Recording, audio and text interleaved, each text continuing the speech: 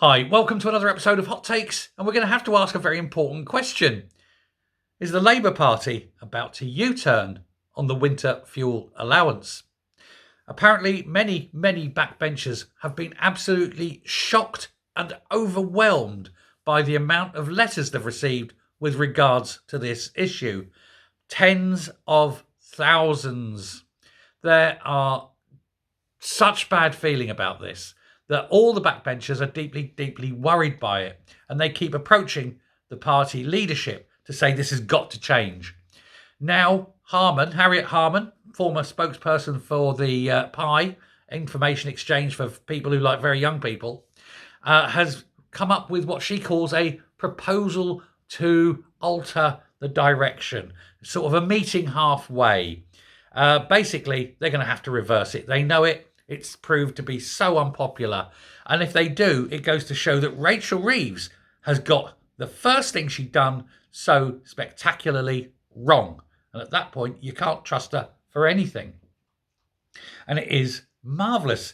This chorus of muttering and whispers in the corridors of power by those who are affected by it, by those who are deeply concerned about keeping their seats and so forth, has echoed and got louder and eventually reached number 10, and people are worried. Now, Harmon isn't actually criticising Rachel Reeves or criticising the party, but she is suggesting that perhaps there may have been an underestimation of the public dislike for such a policy.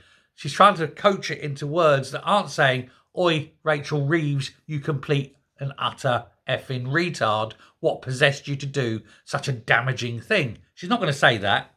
It's probably what she means, and there's a lot on the party who do think that. But it's basically the suggestion now is that it isn't means tested, but it becomes voluntarily easier to return the money, kind of thing. So that if you don't need it, please feel good to return it, and we'll give you a little bit of pension credit or something like that.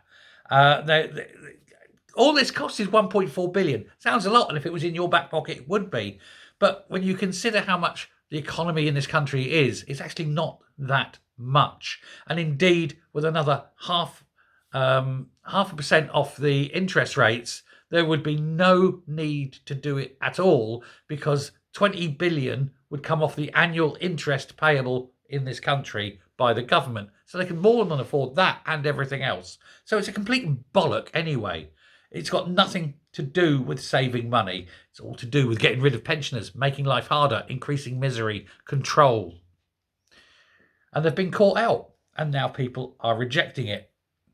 And people are rejecting, as we've discussed earlier, Starmer, and people are now starting to reject Rachel Reeves. It could be, while Starmer has beat the lettuce, Rachel Reeves may not.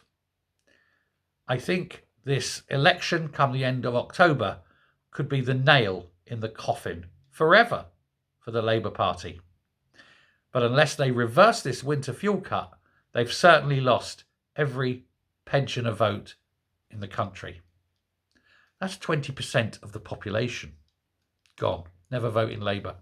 Of course they're worried. Of course these backbenchers are worried. They're going to lose their seats. Thanks a lot. Bye.